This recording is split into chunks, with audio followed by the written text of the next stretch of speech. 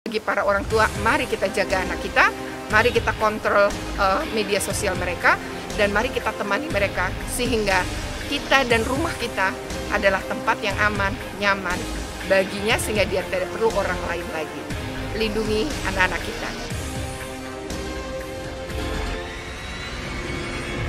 Hai guys, kita ketemu lagi di dalam video highlight kali ini. Kita akan membahas tentang prostitusi online yang melibatkan anak. Ada 15 anak yang terlibat di dalam prostitusi online ini, dan mengejutkannya terjadi di sebuah hotel yang diketahui juga bahwa pemiliknya mengetahui, yaitu milik seorang artis model ya, namanya Alona. Ya, kita akan ikuti bagaimana video highlight berikut ini, tapi sebelumnya jangan lupa untuk like, share, comment, and subscribe. Bagi yang sudah subscribe saya ucapkan terima kasih.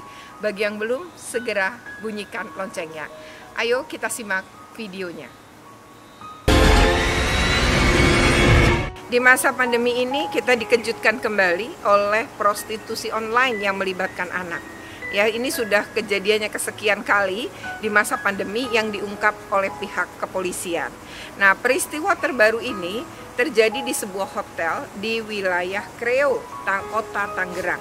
Hotel ini saat digerebek memang berisi kamar-kamar itu sekitar 15 anak. Nah, ke-15 anak ini usianya 14 sampai 16 tahun. Dan menurut hasil penyelidikan kepolisian, anak-anak ini kalau masuk ya ke hotel atau check-in itu tidak pernah dimintai KTP. Jadi memang ini diduga kuat bahwa pemilik dan pengelola hotel mengetahui bahwa anak-anak ini dilacurkan ya, karena namanya anak. Anak itu seharusnya kan tidak bisa kita sebut sebagai pekerja seks komersial. Namun karena dia diiming-imingi, dia dijebak, dia dipaksa ya pada kondisi yang rentan dan lemah, maka kemudian anak menjadi pelaku ya dalam prostitusi online ini. Namun demikian dia tetaplah korban. Dalam konteks ini, dalam perlindungan khusus undang perlindungan anak, anak tetaplah korban. Menurut pihak kepolisian, modus yang digunakan para pelaku ya yang merekrut korban adalah dengan cara diiming-imingi pekerjaan yang penghasilannya besar. Namun pekerjaan itu ternyata adalah prostitusi. Jadi anak-anaknya tidak mengetahui. Yang kedua adalah modus yang digunakan adalah dipacari.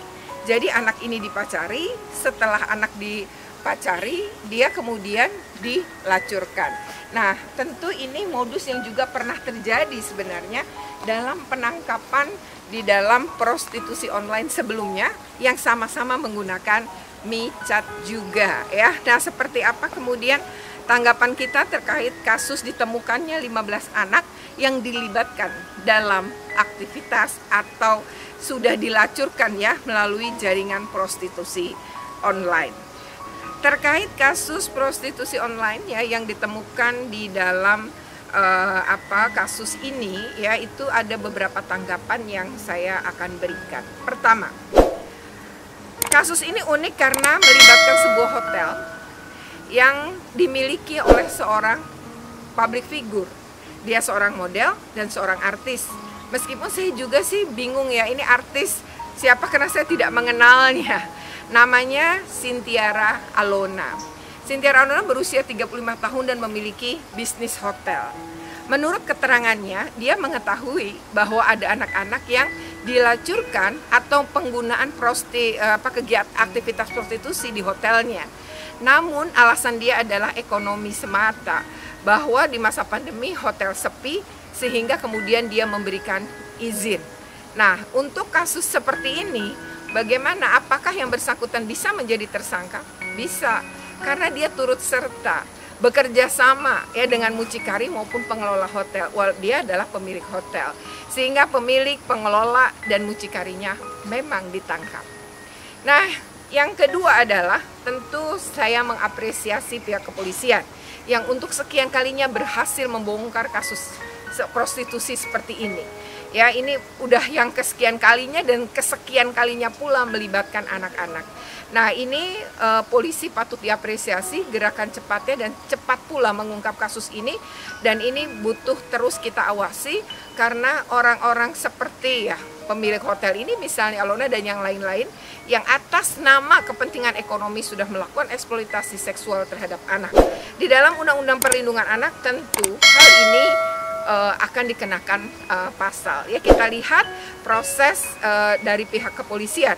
Ya, namun yang ketiga adalah saya berharap para orang tua juga mengetahui modus-modus yang dilakukan ini.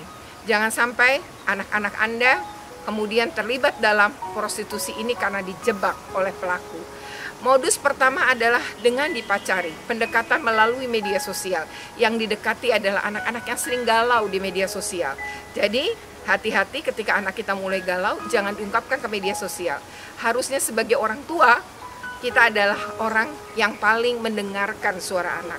Harusnya kita menjadi teman bagi anak-anak kita, harusnya kita menjadi sahabat baginya sehingga dia tidak perlu mengungkapkan kegalauannya di dalam media sosial.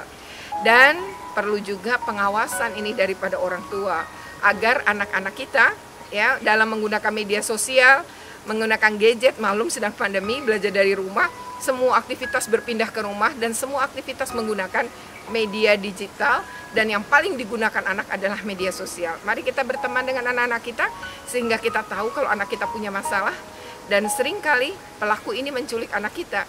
Setelah pendekatan 3 bulan pertama, mereka sudah dekat padahal hanya di dunia maya seolah jadi pacar, lalu akan bertemu darat. Ketika ketemu darat, apa yang terjadi? Ketika ketemu darat, anak-anak kita kemudian diculik, kemungkinan disekap dan diperkosa, dan harus melayani sekian laki-laki. Sebenarnya dia tidak ingin dan sulit melepaskan diri. Nah, untung saja kepolisian kita cepat mengungkap. Nah, terakhir untuk anak-anak, perlu ada rehabilitasi. Anak-anak ini perlu direhabilitasi baik secara psikologis maupun medis. Dan itu adalah hak anak-anak ini yang diatur dalam Undang-Undang Perlindungan Anak terkait dengan perlindungan khusus. Mari kita ikuti terus kasus ini dan juga mengambil hikmah dari kasus ini bagi para orang tua. Mari kita jaga anak kita, mari kita kontrol media sosial mereka, dan mari kita temani mereka sehingga kita dan rumah kita adalah tempat yang aman, nyaman baginya sehingga dia tidak perlu orang lain lagi. Lindungi anak-anak kita. Terima kasih, sampai ketemu lagi pada video highlight berikutnya. Jangan lupa di like, share, komen, and subscribe. Bagi yang belum subscribe, segera di subscribe ya, bunyikan loncengnya. Bagi yang sudah, saya mengucapkan terima kasih. Oke, assalamualaikum warahmatullahi wabarakatuh. Sampai ketemu lagi.